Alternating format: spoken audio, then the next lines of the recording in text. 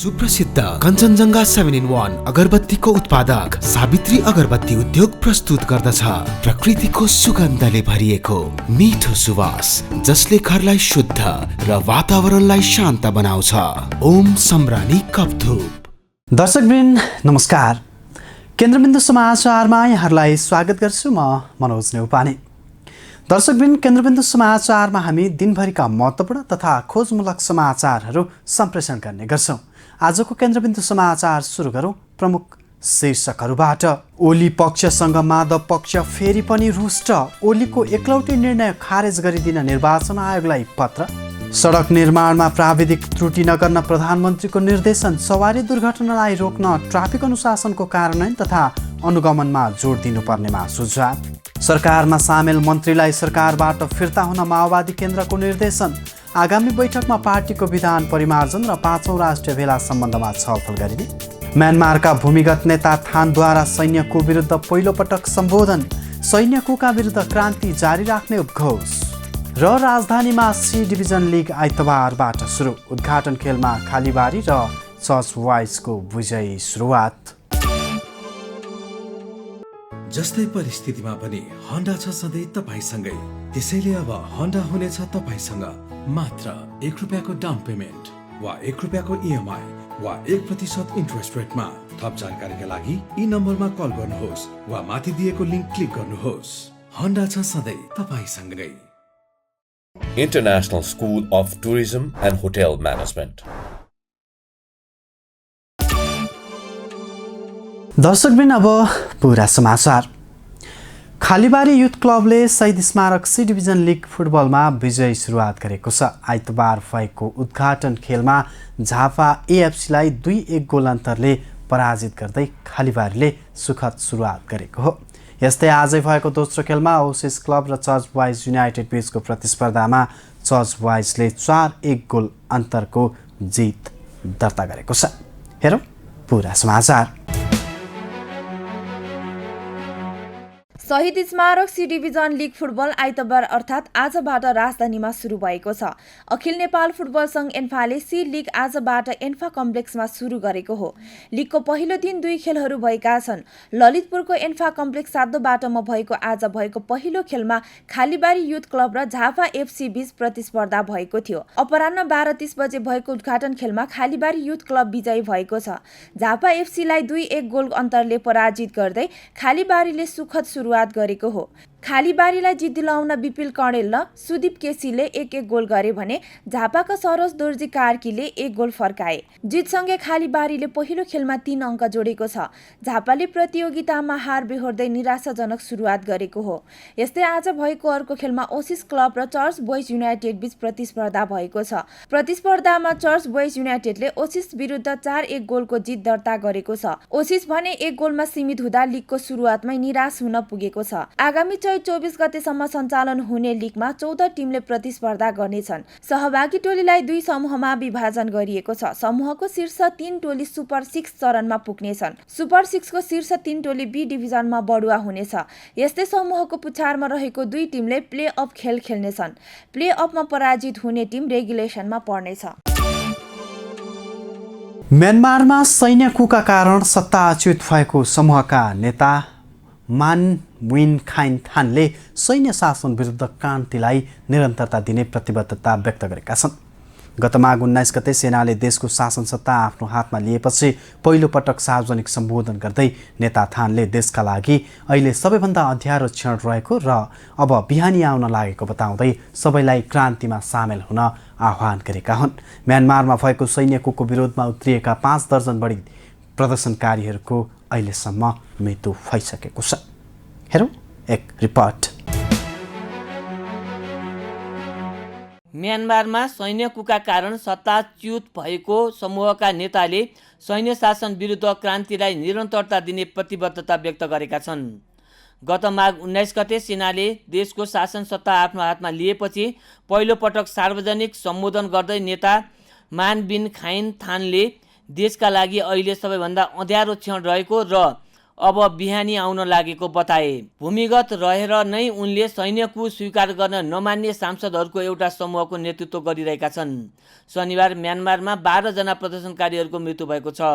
सेनाले सत्ता हातमा लिएर नेसनल लिग फर डेमोक्रेसीकी नेत्री आङ सान सुकीलाई नियन्त्रणमा लिएपछि म्यानमारमा आन्दोलन भइरहेको छ। गत वर्षको निर्वाचनमा एनडीएलले बहुमत सहित विजयी भएको थियो, तर सेनाले उक्त निर्वाचनमा धाँधली भएको आरोप लगाएको छ।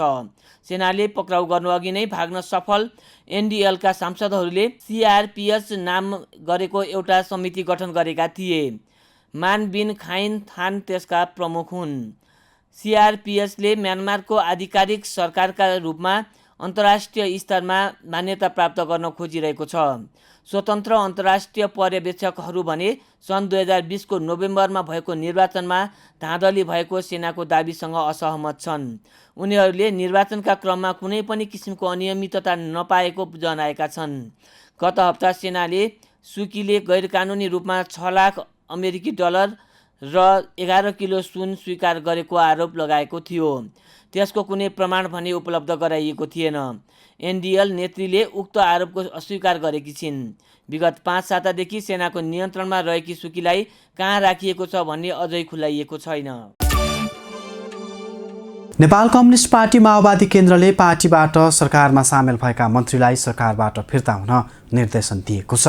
आइतबार पेरिस डाँडा स्थित केन्द्रीय कार्यालयमा बसेको नेकपा माओवादी केन्द्रको केन्द्रीय कमिटी बैठकले माओवादी केन्द्र छाडेका नेताहरूलाई पार्टी परित्याग गरेको हो या होइन स्पष्टीकरण दिन समेत निर्देशन दिएको छ। हेरौँ पुरा रिपोर्ट। नेपाल कम्युनिस्ट पार्टी माओवादी केन्द्रले पार्टीबाट सरकारमा सामेल भएका मन्त्रीहरूलाई सरकारबाट फिर्ता हुन निर्देशन दिएको छ। आइतबार पेरिस डाँडा स्थित केन्द्रीय कार्यालयमा बसेको नेकपा माओवादी केन्द्रको केन्द्रीय कमिटी बैठकले नेकपा माओवादी केन्द्रबाट मन्त्री भएकाहरूलाई मन्त्री पद त्याग गरी सरकारबाट फिर्ता हुन केन्द्रीय कार्यालय बैठकले गरेको निर्णयलाई नै सदर गर्दै फिर्ता हुन निर्देशन दिएको प्रवक्ता नारायण काजी श्रेष्ठले जानकारी दिए। बैठकले नेकपा माओवादी केन्द्र छाडेका नेताहरूलाई पार्टी परित्याग गरेको हो वा होइन स्पष्टीकरण दिन समेत निर्देशन दिएको छ। हाम्रो पार्टीको तर्फबाट अहिलेसम्म पनि मन्त्री पदमै रहनुभएका कमरेडहरूलाई मन्त्री पद त्याग गरेर सरकारबाट फिर्ता हुन निर्देशन दिने कुरालाई केन्द्रीय कमिटीले पनि औपचारिक रूपमा निर्णय गरेको छ र त्यसै गरी हिजोकै केन्द्रीय कार्यको प्रस्ताव अनुसार हाम्रो पार्टीका कतिपय केन्द्रीय कमिटी र विभिन्न कमिटीका सदस्यहरू अर्को पार्टीमा रहनु भएको भन्ने जो सार्वजनिक रूपमा सूचना प्राप्त भएको छ, त्यस आधारमा हाम्रो माओवादी केन्द्र परित्याग गरेको हो होइन र आफ्नो पार्टी कुन हो सुसूचित गर्नको निम्ति र आफ्नो स्थिति स्पष्ट गर्नको निम्ति स्पष्टीकरण माग्ने कार्यालयको प्रस्तावलाई पनि आजको केन्द्रीय कमिटीले निर्णय गर्यो। बैठकमा अध्यक्ष पुष्पकमल दाहालले वर्तमान राजनीतिक परिस्थिति र आगामी दिनको कार्यभारको सम्बन्धमा रिपोर्टिङ गर्नुका साथै नेता नारायण काजी श्रेष्ठले पार्टी एकताको मर्ममाथि कसरी प्रहार भयो र आगामी दिनमा कसरी अघि बढ्ने भन्ने सन्दर्भमा मन्तव्य रिपोर्टिङ गरेका थिए। संगठनात्मक काम, पार्टीको विधान परिमार्जन र पार्टी अनुशासनबारे, पाँचौं राष्ट्रिय भेलाबारे यो कार्यसूची पारित भइसकेपछि प्रारम्भमै अध्यक्ष कमरेड प्रचण्डले संक्षिप्तमा अहिलेको वर्तमान राजनीतिक परिस्थिति, कम्युनिस्ट पार्टीमाथि भएको आक्रमणको स्थिति, हाम्रो पार्टीका सामु देखा परेका चुनौती र नेपाली कम्युनिस्ट आन्दोलनका सम्बन्धमा देखा परेको चुनौती र भावी हाम्रो कार्यभार बारेमा संक्षिप्तमा रिपोर्टिङ गर्नुभयो र दिशानिर्देशित गर्नुभयो। त्यसपछि केन्द्रकै तर्फबाट रिपोर्टिङ गर्ने क्रममा पार्टीको केन्द्रको तर्फबाट रिपोर्टिङ नारायण काजी श्रेष्ठ मैले पनि गरेँ। त्यस पछाडि प्रदेशको तर्फबाट रिपोर्टिङ गर्ने काम सुरु भयो। बैठकमा पार्टी संगठनको अवस्थाको सम्बन्धमा 1 नम्बर प्रदेशबाट सह इन्चार्ज माया प्रसाद काफ्ले, 2 नम्बरबाट सह इन्चार्ज विश्वनाथ शाह, बागमती प्रदेशबाट अध्यक्ष नारायण दाहाल, गण्डकी प्रदेशबाट अध्यक्ष हितराज पाण्डे, लुम्बिनी प्रदेशबाट अध्यक्ष ओन्सारी घरती, कर्णाली प्रदेशबाट सचिव माया प्रसाद काफ्ले, सुदूरपश्चिम प्रदेशबाट सचिव नेपबहादुर चौधरीले रिपोर्टिङ गरेका थिए भने उपत्यका विशेष कमिटीको तर्फबाट इन्चार्ज लीलामणि पोखरेल, प्रदेश सम्पर्क समन्वय कमिटीको तर्फबाट अध्यक्ष प्रहलाद बुढाथोकी र प्रवास समन्वय कमिटीको तर्फबाट अध्यक्ष युवराज चौलागाईले रिपोर्टिङ गरेको प्रवक्ता श्रेष्ठले बताए। केन्द्रीय कमिटीको बैठक सोमबार बिहान 1 बजे पुनः बस्ने प्रवक्ता श्रेष्ठले जानकारी दिए। सोमबारको बैठकमा केन्द्रीय कमिटीका सदस्यहरूले वर्तमान सन्दर्भमा आफ्नो विचार राख्ने, सङ्गठनात्मक काम, पार्टीको विधान परिमार्जन र पार्टीको अनुशासन, 5औं राष्ट्रिय भेला गर्ने लगायतका कार्यसूचीमा रहेको विषयमा छलफल गरिने उनको भनाइ छ। प्रधानमन्त्री केपी शर्मा ओलीले सडक निर्माणमा प्राविधिक त्रुटि नगर्न निर्देशन दिएका छन्। आइतबार संघीय संसदमा सम्बोधन गर्दै प्रधानमन्त्री ओलीले जनताको जीवन रक्षा महत्त्वपूर्ण भएकाले सवारी साधन र यात्रुहरूको सुरक्षाको प्रत्याभूत हुने गरी सडक निर्माण गर्न पनि निर्देशन दिएका हुन्। उनले पक्की सडक भएको ठाउँमा पनि स्तरोन्नति तथा सुधारको काम गर्नुपर्नेमा जोड दिएका छन्। यस्तै सवारी दुर्घटनालाई रोक्न ट्राफिक अनुशासनको कार्यान्वयन तथा अनुगमनमा जोड दिनुपर्नेमा पनि सुझाव पेश गरेका छन्। हेरौँ पुरा रिपोर्ट। प्रधानमन्त्री केपी शर्मा ओलीले सडक निर्माणमा प्राविधिक त्रुटि नगर्न निर्देशन दिएका छन्। आइतबार प्रादेशिक एवं स्थानीय सडक निर्माण तथा सुधार कार्यक्रम शुभारम्भ समारोहलाई सम्बोधन गर्दै प्रधानमन्त्री ओलीले सडक निर्माणमा भएका प्राविधिक त्रुटिका कारण दुर्घटना निम्तिने भएकाले सडक निर्माणमा प्राविधिक त्रुटि नगर्न निर्देशन दिएका हुन्। जनताको जीवन रक्षा महत्त्वपूर्ण भएकाले सवारी साधन र यात्रुहरूको सुरक्षाको प्रत्याभूत हुने गरी सडक निर्माण गर्न पनि उनले निर्देशन दिए। उनले दुर्गम ठाउँहरूमा पनि सुरक्षित पक्की सडक बन्नुपर्ने र अब निर्माण हुने सडकहरू कच्चा र असुरक्षित हुन नहुनेतर्फ ध्यानाकर्षण समेत गराए। दुर्गम क्षेत्रहरूलाई पनि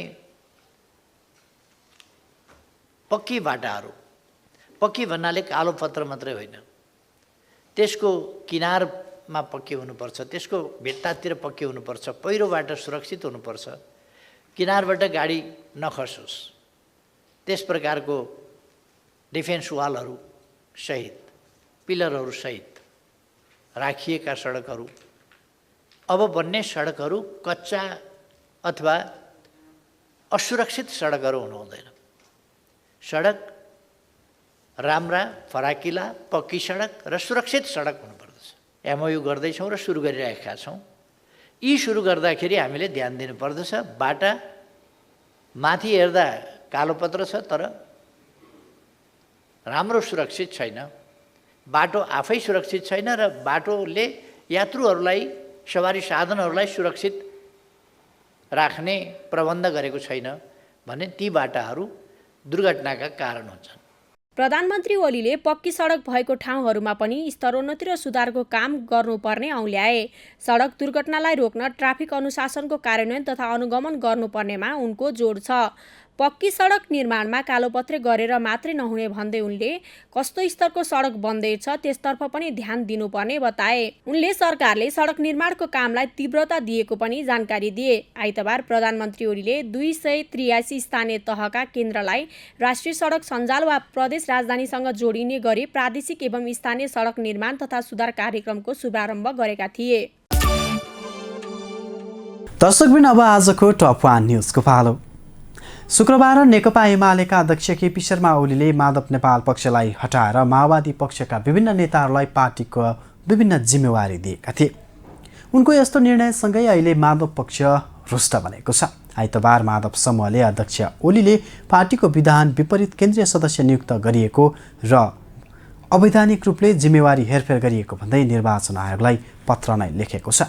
पत्रमा आफूहरू निर्वाचित पदाधिकारी र सदस्यहरू भएको भन्दै ओलीको सो निर्णयलाई वैधानिकता नदिन आयोगलाई माधव पक्षले पत्र काटेको हो। हेरौँ यसै विषयमा तयार यो रिपोर्ट। नेकपा एमालेका अध्यक्ष केपी शर्मा ओलीले पार्टीको विधान विपरीत केन्द्रीय सदस्य नियुक्त गरिएको र अवैधानिक रूपले जिम्मेवारी हेरफेर गरिएको भन्दै एमाले नेता माधव कुमार नेपाल समूहले त्यसलाई वैधानिकता नदिन निर्वाचन आयोगलाई पत्र लेखेको छ। शुक्रबार प्रधानमन्त्री एवं नेकपा एमालेका अध्यक्ष केपी शर्मा ओली समूहले एकलौटी रूपमा केन्द्रीय कमिटी बैठक राखेर नेपाल समूहका नेताहरूको जिम्मेवारी खोसेको थियो। पार्टी एकता भङ्ग भएपछि माओवादी केन्द्रमा फर्किन नचाहेका गृहमन्त्री रामबहादुर थापा सहित 23 जनालाई केन्द्रीय कमिटीमा ओलीले नियुक्त गरेका थिए। एमालेका वरिष्ठ नेता झलनाथ खनाल र माधव कुमार नेपाल सहित 11 जना स्थायी कमिटी सदस्यले आइतबार आयोगलाई चिठी लेख्दै विधान विपरीत र अवैधानिक तरिकाले भएका निर्णयलाई मान्यता नदिन माग समेत गरेका छन्। आयोगलाई लेखिएको पत्रमा केन्द्रीय कमिटीमा कुनै पनि रिक्त स्थान नरहेको समेत उल्लेख गरिएको छ। हामी निवेदक नेकपा एमालेको 2071 सालको 9औं राष्ट्रिय महाधिवेशनबाट पार्टीको विधानको धारा 14 बमोजिम निर्वाचित पदाधिकारी र सदस्यहरू हौं। सोही धारा बमोजिम केन्द्रीय कमिटीको निर्वाचन सम्पन्न भई सोही धाराको उपधारा 3 बमोजिम 10% सदस्य समेत मनोनित भइसकेको अवस्थामा हाल पार्टी विधान बमोजिम केन्द्रीय कमिटीमा कुनै पनि पद रिक्त रहेको छैन पत्रमा भनिएको छ। पार्टीको विधानको धारा 13 र धारा क बमोजिम पार्टी विधानको संशोधन केवल राष्ट्रिय महाधिवेशन र विधान अधिवेशनले मात्र गर्न सक्ने निवेदनमा उल्लेख गरिएको छ। पार्टी विधानको धारा 41 मा पार्टीका विभिन्न कमिटीका बैठकहरूको आयोजना हुने विधि निर्धारण गरिएको समेत उनीहरूले पत्रमा लेखेका छन्। पत्रमा भनिएको छ केन्द्रीय कमिटीको बैठक हुनु पूर्व सचिवालय र स्थायी कमिटीको बैठक बसी केन्द्रीय कमिटीको बैठकको कार्यसूची तय गर्ने नेकपा एमालेको विधि पद्धति र अभ्यास रहँदै आएको छ। त्यसो नगरी बोलाइएको कुनै बैठक र त्यसले गरेका निर्णय पार्टी विधान अनुकूल ठहरिँदैन। सर्वोच्च अदालतको फैसलाबाट झण्डै 3 वर्ष पश्चात नेकपा एमाले यथावत पुनर्जीवित भएकाले त्यसले पार्टीका पद्धति संगत बैठक क्रमशः आयोजना गरी आफूलाई पुनः क्रियाशील तुल्याउनु पर्ने कुरा स्पष्ट छ। हस्त दर्शकवृन्द, आजका लागि केन्द्रबिन्दु समाचार सकिएको छ। भोलि पुनः यसै समयमा हामी उपस्थित हुने नै छौँ। तबसम्मका लागि बिदा दिनुहोस्। केन्द्रबिन्दु न्युज हेर्दै गर्नुहोला। नमस्कार। कलंकीमा अवस्थित नेपालकै पहिलो ठुलो र अत्याधुनिक होलसेल बजार एनबीटीसी सञ्चालनमा कम्प्लेक्समा सम्पूर्ण फेन्सी तथा कस्मेटिक सामानहरू होलसेल मूल्यमा उपलब्ध छन्।